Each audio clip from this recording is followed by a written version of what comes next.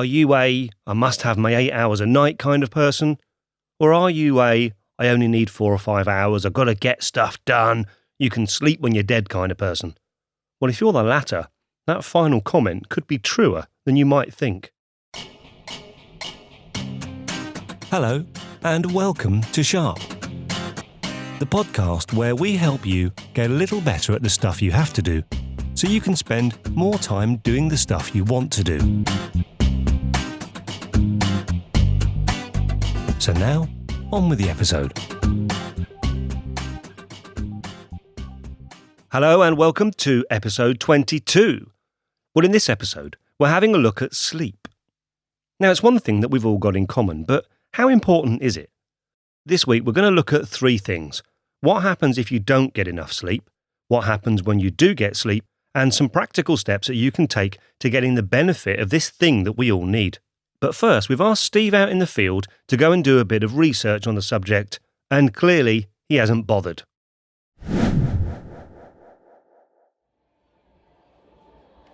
Hi Steve, well I've come to my local branch of mattresses, beds and pillows just to see the huge range of mattresses, beds and pillows that you can buy these days to get the most from your nighttime activities, which for many of you will mean sleeping. But it's a little known fact that sleeping was actually invented in the UK in 1916. After pressure from farmers' unions, whose members were struggling to milk cows, harvest crops and shear their sheep in the dark, the British government commissioned a think tank to come up with a solution. They formed the National Organisation for the Development of Overnight Farmers Funding, or the NODOFF, who started a series of working parties, experiments and focus groups, and they eventually came up with the invention of sleep. Many people have since forgotten the difficult times before 1916 when all we had to occupy ourselves through long winter nights was alcohol, singing, or if you were really desperate, talking to your spouse. And sadly for them, the Netflix box set was years away from being invented. Seems a bit strange to invent them that way round, really, doesn't it? I don't know why they didn't think about that at the time. Anyway, back to you, Steve, in the studio. Excuse me, could you tell me if you sell pyjamas?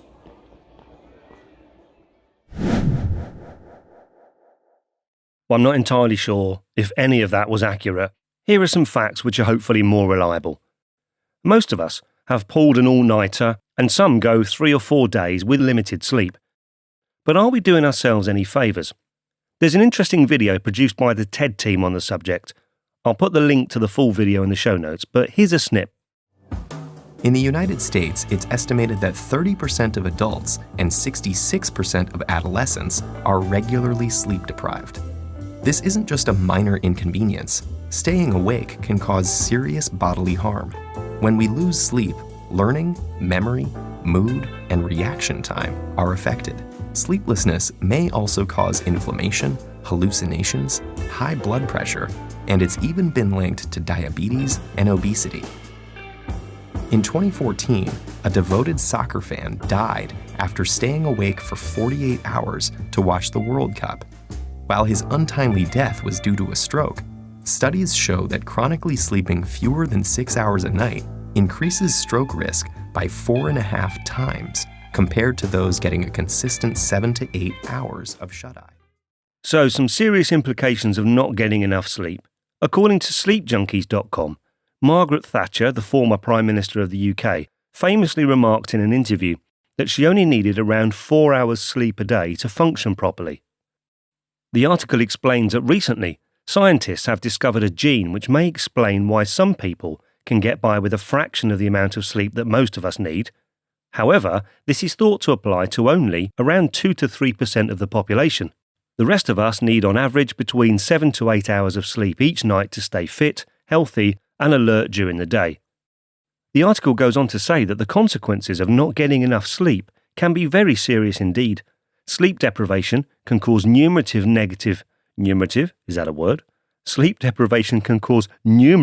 negative side effects including heart disease, depression, weight gain, to name a few. National Geographic did an experiment to show how difficult basic tasks were even after 18 hours of no sleep. Now that might sound excessive, but remember, 18 hours is only the equivalent of waking up at 5 a.m. and going to sleep at 11 p.m. After 18 hours, the average person starts to enter a sleep-deprived state, which means it's a good time to test alertness. Hold the egg by the string pinched between your two fingers. This is our take on a classic sleep test. If you begin to doze off, you may drop the egg.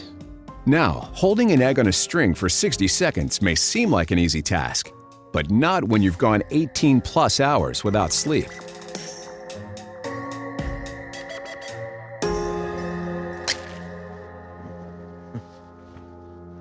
After going without sleep for an excessive amount of time, your brain starts shutting down areas it considers non-vital to your survival.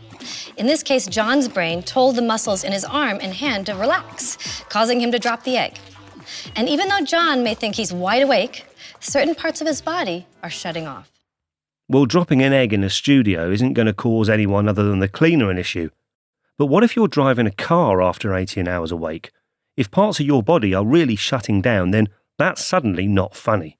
According to the Think campaign from the UK government, almost 20% of accidents on major roads are sleep-related, and sleep-related accidents are more likely than others to result in a fatality or a serious injury.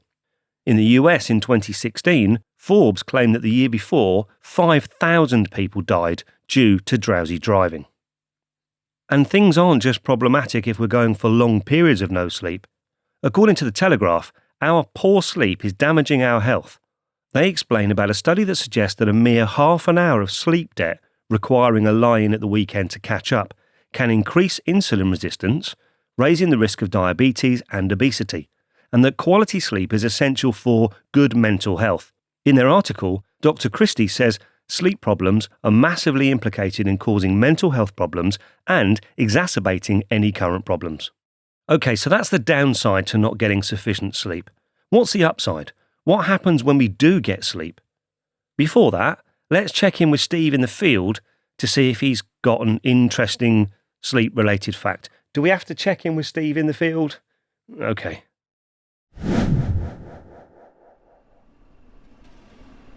Hi Steve, well I'm here at the British Museum, just about to settle down in my sleeping bag at one of their overnight sleepover events. Now, not many people know that before writing such books as Robinson Crusoe, Moll Flanders and the Harry Potter series, author Daniel Defoe came up with the original design in 1695 for what we now call the sleeping bag. Back in the late 17th century, rich and poor alike would rest wearily each afternoon on a bale of hay or servants whilst reflecting on the day's affairs. Defoe was convinced that this could be done more comfortably, so inspired by watching a butterfly emerge from a chrysalis, he worked on a human-sized version which he called the Papillon sack. It's not clear why he gave up on the idea. One suggestion was that he became increasingly frustrated with finding a way to keep his beautifully coloured and intricately designed wings strapped to his chest, wings which he eventually lost in the Great Storm of 1703. Close friend Robert Harley said that the wings weren't the problem, but that it was the combination of an 8-foot leather proboscis and a poor gag reflex which led to Defoe giving up on his life's dream and settling for the consolation prize of writing Robinson Crusoe. Any trip to your local camping store today shows the huge variety on offer of different kinds of sleeping bag and serves as a reminder as to how Defoe so narrowly missed out on being the household name that he could have been. What a shame. Back to you in the studio, Steve. Yeah, I'm still not entirely sure about your research there, Steve, in the field. So we've looked at the downside to not getting enough sleep. Well, what happens when we do? What's actually going on? Why should we sleep? And you might be thinking, well, what's this all got to do with being better, Steve? This is a self-development podcast, not a biology podcast. Well, I'll tell you. According to sleep.org, there are 5 definite benefits from getting enough sleep. Number 1, you're better able to focus and learn. It says that when you've had a good night's sleep, it's easier to keep your attention focused on something long enough if you need to learn or remember it, and you're also likelier to have less problems with your memory, meaning you're less likely to blank on your neighbour's name or where you put your keys. Number 2, you feel happier. So when you're sleep deprived, your emotions are harder to control, you feel stressed, and you find it harder to cope with upsetting and difficult things. So the more sleep you get, the less cranky that you're going to feel. Number 3, you're more productive. So at work, you'll notice that you get through tasks faster and make fewer mistakes. Number 4, you're less hungry. This is quite interesting. Apparently sleeping helps to regulate 2 important hormones. Ghrelin, I really don't know if I've pronounced that correctly, Grelin. Let's call it ghrelin, which makes you feel hungry, and leptin, that's easier to say, which makes you feel full. And apparently if you don't get enough sleep, those hormones don't act correctly and you feel hungrier. And this is one of the reasons why people who are sleep deprived are likelier to struggle with their weight. And number 5, you won't get sick so often. Your immune system needs sleep to stay strong and fight off colds and other infections. And in the long term, getting lots of sleep helps reduce your risk of heart disease, high blood pressure, diabetes, and other serious issues. So some of that might seem like common sense, but why does it happen? What is actually going on when you're asleep? What's the science? Well, sleep happens in cycles of about 90 to 110 minutes. The first stage is a light sleep. You're half asleep, half awake. Your muscles are starting to relax a bit. You get a little bit of twitching. The second stage of non-REM sleep is true sleep. So within about 10 minutes, you get into that second stage, which lasts about 20 minutes apparently. Your breathing and your heart rate start to slow down. Then into stage 3, so that's the deep sleep. So in stage 3, your brain starts producing delta waves, which is a large and slow wave. Your breathing and your heart rate at this point are at their lowest levels. So finally stage 4, where you get into a more rhythmic breathing. Your muscles are limited. If you get woken up during that stage 4 of deep sleep, you find it really hard to adjust and you can feel groggy and disorientated for quite a few minutes. This is where some children can experience bedwetting or night terrors or sleepwalking. So after the 4 stages of non-REM sleep, then you're into REM sleep. And you apparently have about 3 to 5 of these REM episodes a night. We're not conscious, but our brain is really active, and actually it's often more active than when we're awake. This is when dreams occur, our eyes move around, hence the name, rapid eye movement. Our breathing rate and our blood pressure rise, but our bodies are effectively paralysed, and that's apparently nature's way of preventing us from acting out our dreams, which in my case is probably a good idea. And then after REM sleep, the whole cycle begins again.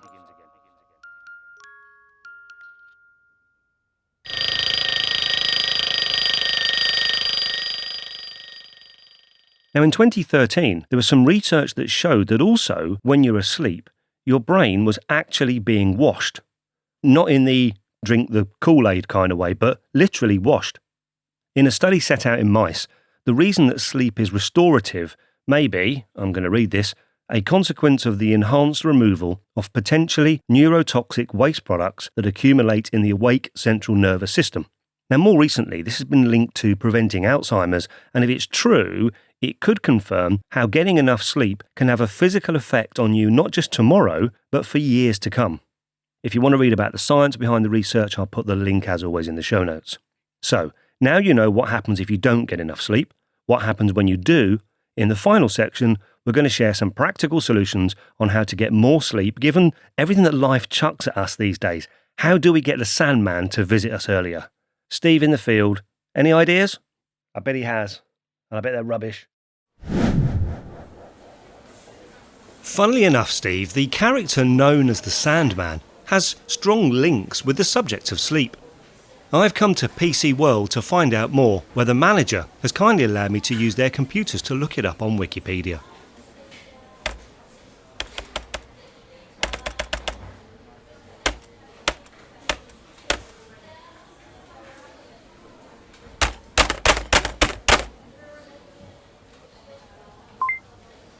It says here, traditionally the Sandman is a character in many children's stories and books.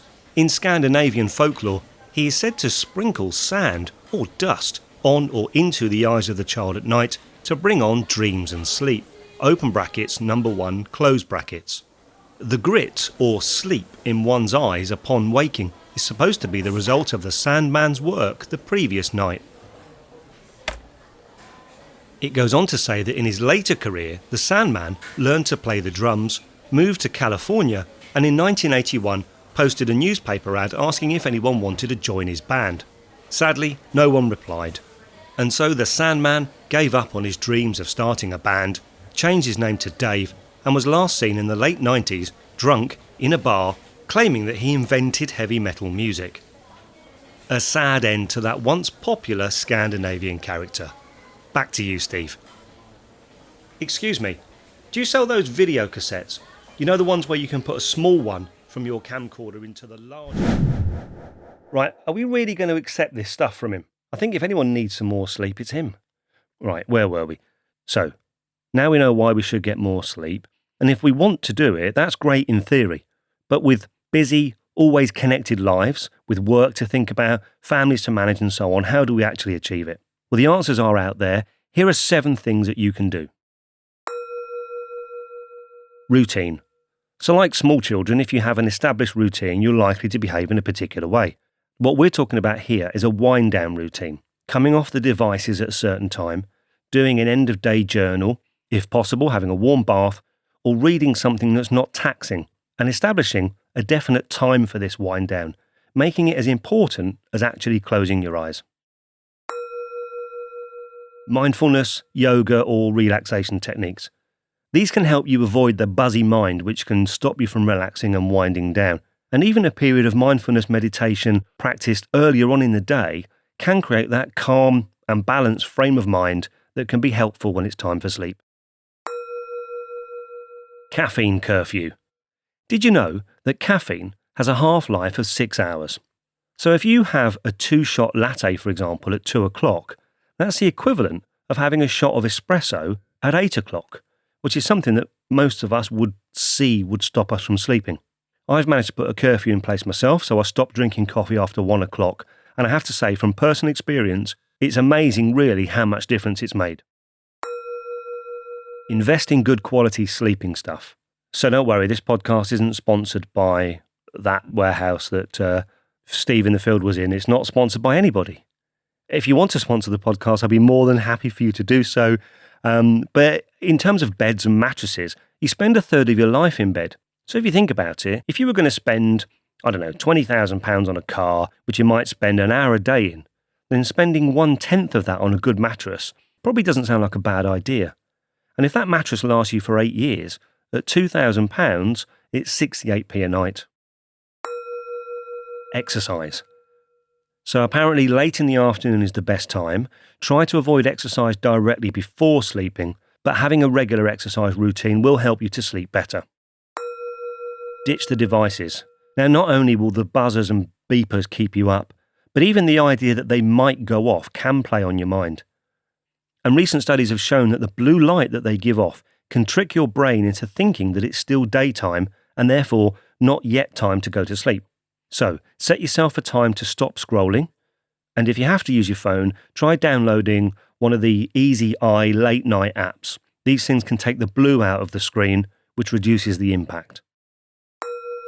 Finally, there are plenty of apps to help you manage all these activities and routines. We've covered loads of them in the past episodes, so if you want to find an app to support you, there's plenty of apps on both iPhone and Android that tell you when it's time to go to bed.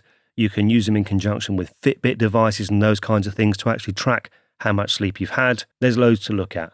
If you want to find an app to support you in changing habits, feel free to go back and have a listen to our series on habits. The episodes are in the archives.